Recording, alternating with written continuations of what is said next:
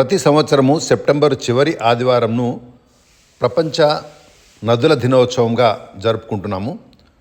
ఒక దేశ ఆర్థిక వ్యవస్థకు, దేశ ప్రజల జీవనోపాధికి, జీవన ఆర్థిక స్థితిగతులకు రివర్స్ అనేటివి అత్యంత ప్రముఖమైన పాత్రను పోషిస్తాయి.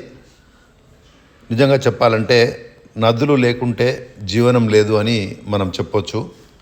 మన భారతదేశము చాలా అదృష్టవంతమైన దేశము. మనం భారతీయులం చాలా అదృష్టవంతులం. మన దేశంలో అనేక నదులు ఉన్నాయి. ముఖ్యంగా మన నదులకు హిమాలయ పర్వతాలు మరియు పశ్చిమ కనుమలు, తూర్పు కనుమలు, ఈస్టర్న్ ఘాట్స్, వెస్టర్న్ ఘాట్స్ ఈ యొక్క నదులకు పుట్టినిల్లు.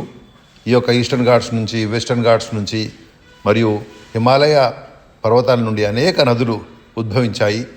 గంగా నది, గోదావరి నది, కృష్ణా నది, కావేరీ నది, నర్మదా, తప్పతి, ఈ విధంగా భారతదేశంలో అనేక నదుల వల్ల మన యొక్క జీవనోపాధి, మన యొక్క జీవన స్థితిగతులు, భారతదేశ ఆర్థిక వ్యవస్థ ఎంతగానో మెరుగుపడుతుంది. నదులు అనేటివి డ్రింకింగ్ వాటర్కి, సాగునీటికి, భూగర్భ జలాలను పెంచడానికి, హైడ్రో ఎలక్ట్రిసిటీకి, పారిశ్రామిక అవసరాలకు, మత్స్య సంపదకు, ట్రాన్స్పోర్టేషన్కు, మంచి సారవంతమైన నేల ఏర్పాటు చేయడానికి, మంచి ఎకోసిస్టమ్ డెవలప్ చేయడానికి, వైల్డ్ లైఫ్కి, ఇంతే కాకుండా సాంస్కృతికంగా కూడా నదులకు ఎంతో ఇంపార్టెన్స్ ఉంది. మన యొక్క నదులపైన అనేక ఆధ్యాత్మిక క్షేత్రాలు ఉన్నాయి.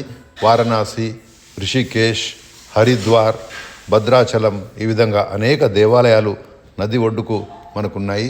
నదులు అనేటివి మన యొక్క జీవనంలో ఎంతో ప్రాముఖ్యతను పోషిస్తున్నాయి. సో నదులను మనం కాపాడుకోవాలి, నదులను స్వచ్ఛంగా ఉంచుకోవాలి, నదులకు అడ్డంకులు క్రియేట్ చేయొద్దు, నదులలో చెత్త చెదారం పడవేయకూడదు. ఈ విధంగా మన నదులను we have to save reverse.